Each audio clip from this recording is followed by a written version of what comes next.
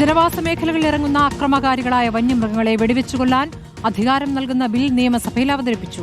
വനം ഭേദഗതി ബില്ലും വനം വന്യജീവി സംരക്ഷണ ഭേദഗതി ബില്ലുമാണ് സഭയിൽ അവതരിപ്പിച്ചത്. കാട്ടുപന്നിയെ കൊല്ലാനും തിന്നാനും പറ്റണമെന്നാണ് തന്റെ അഭിപ്രായമെന്ന് വനം മന്ത്രി എ കെ ശശീന്ദ്രൻ ബില്ല് അവതരിപ്പിക്കുമ്പോൾ പറഞ്ഞു.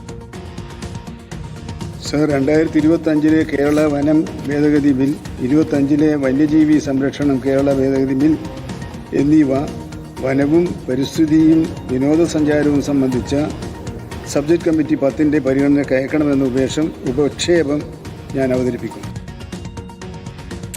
അഷിൻ ഡിയേഗോ വിവരങ്ങളുമായി. അഷിൻ, ഇപ്പോൾ വനം ഭേദഗതി ബിൽ സഭയിൽ അവതരിപ്പിച്ചിരിക്കുകയാണ്. എന്താണ് വിശദാംശങ്ങൾ?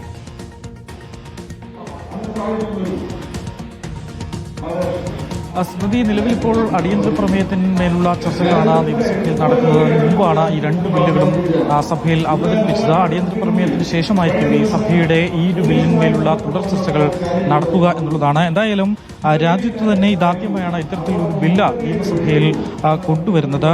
രണ്ട് പ്രധാനപ്പെട്ട ബില്ലുകളാണ് നിയമസഭയിൽ അവതരിപ്പിച്ചിട്ടുള്ളത്. അതിൽ ഏറ്റവും പ്രധാനപ്പെട്ട ഒന്ന് വനം ഭേദഗതി ബില്ലും മറ്റൊന്ന് വന്യജീവി സംരക്ഷണ ബില്ലുമാണ്. ഇപ്പോൾ വനമന്ത്രി തന്നെ നേരിട്ട് ഇത് അവതരിപ്പിച്ചിരിക്കുന്നത് എന്നുള്ളതാണ്. ഈ വന്യജീവി സംരക്ഷണ ഭേദഗതി ബില്ല് ജനവാസ മേഖലയിൽ ഇറങ്ങുന്ന ഈ വന്യജീവി പ്രശ്നം, അത് വന്യജീവി സംഘർഷം അതിരൂക്ഷമായിരിക്കുന്ന സാഹചര്യത്തിലാണ് ഒരു ബില്ല് അതിന്റെ പ്രസക്തി കൂടുതലേറുന്നു എന്നുള്ളതാണ് ഏറ്റവും പ്രധാനപ്പെട്ടത്. ജനവാസ മേഖലയിലെ ഈ കേന്ദ്ര നിയമത്തിൽ ഭേദഗതി വരുത്തണമെന്ന് കേരള നിയമസഭ തന്നെ പ്രമേയത്തിലൂടെ ആവശ്യപ്പെട്ടിട്ടുണ്ട് എന്നുള്ള കാര്യം ഈ ബില്ല് അവതരിപ്പിക്കുന്ന സമയം മന്ത്രി വ്യക്തമാക്കിയിരുന്നു. നേരിട്ടും കത്ത് മുഖേനയും കേന്ദ്ര സർക്കാരിനെ വിഷയം ധരിപ്പിച്ചിരുന്നു.